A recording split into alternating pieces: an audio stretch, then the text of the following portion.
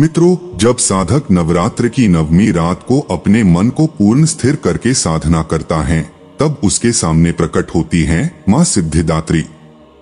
वे साधारण देवी नहीं, बल्कि नवदुर्गा का अंतिम और परिपूर्ण स्वरूप हैं। देवी अपने 4 भुजाओं में अस्त्र शस्त्र धारण किए हुए हैं। शंख जो अनंत नाद और ब्रह्मांड की गूंज का प्रतीक है। चक्र जो काल और कर्म पर नियंत्रण का द्योतक है। गदा जो दैवीय शक्ति और दृढ़ता की निशानी है। कमल जो दिव्य ज्ञान और पूर्णता का प्रतीक है, धारण कर वे साधक के सम्मुख विराजमान होती हैं।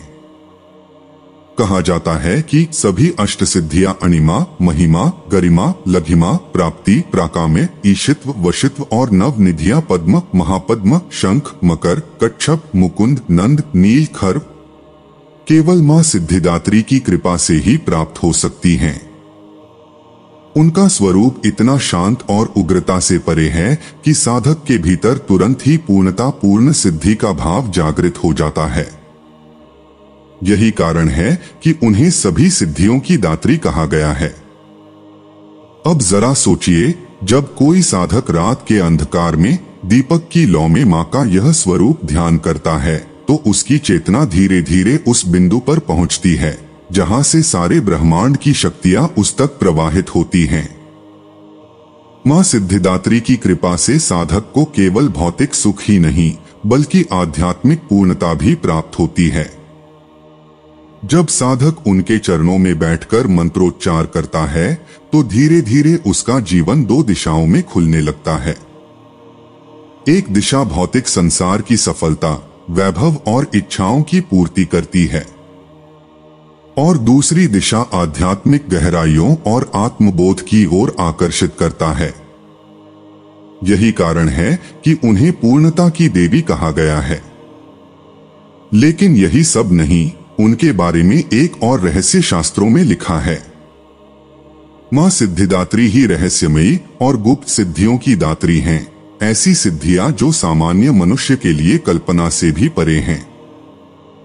कभी समय पर नियंत्रण, कभी स्थान पर, कभी तत्वों पर और कभी स्वयं जीवन और मृत्यु पर, ये सिद्धियां उन्हीं साधकों को मिलती हैं जिन पर मां की सीधी कृपा दृष्टि हो। ध्यान दीजिए, स्वयं ब्रह्मांड के रचिता ब्रह्मा को भी सृष्टि की रचना के लिए जिन शक्तियों की आवश्यकता थी, वो शक्तियां उन्हें मां सिद्धिदात्री की ही कृपा से प्राप्त हुई। यानी स्वयं सृष्टिकर्ता भी उनके बिना अधूरे थे। इसलिए कहा जाता है कि जिसे मां सिद्धिदात्री की कृपा मिल जाए, उसके लिए इस लोक और परलोक में कोई भी कार्य असंभव नहीं रहता। सिद्धिदात्री साधना विधि। हर साधना का एक सही समय और विधि होती है, और जब बात मां सिद्धिदात्री जैसी दिव्य शक्ति की हो, तो यह नियम और भी कठोर हो जाते हैं।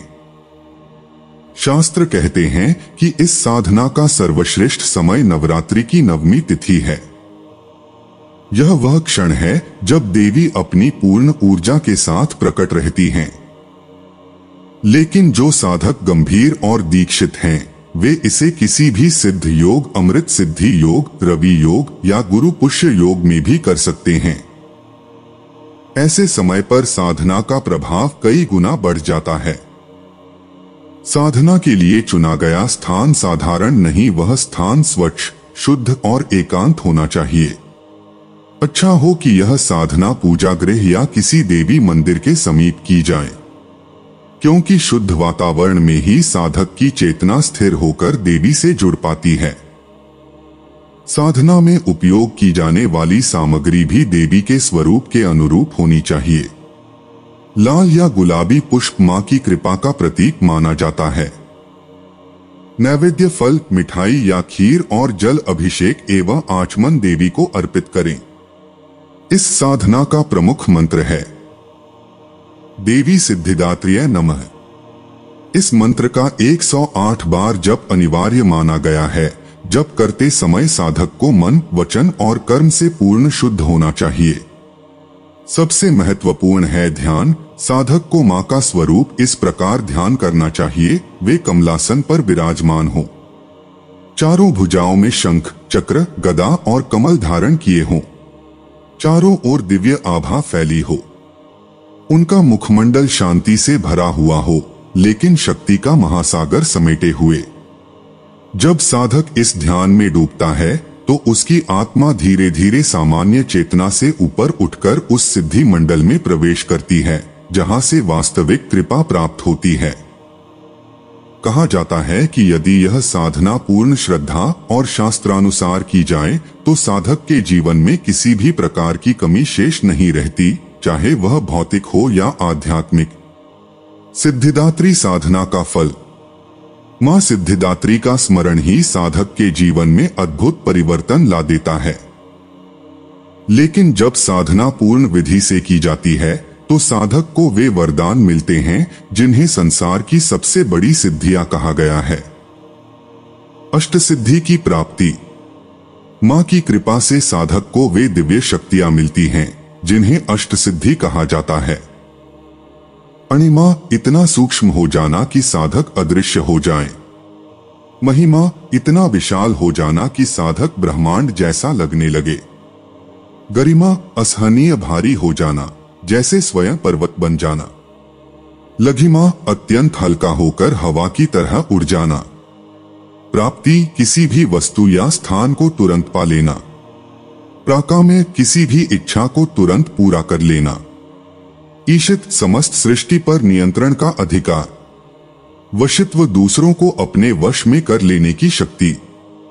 यह वही शक्तियां हैं जिनकी तलाश ऋषि, योगी और तांत्रिक सदियों से करते आए हैं। मनोकामना पूर्णता।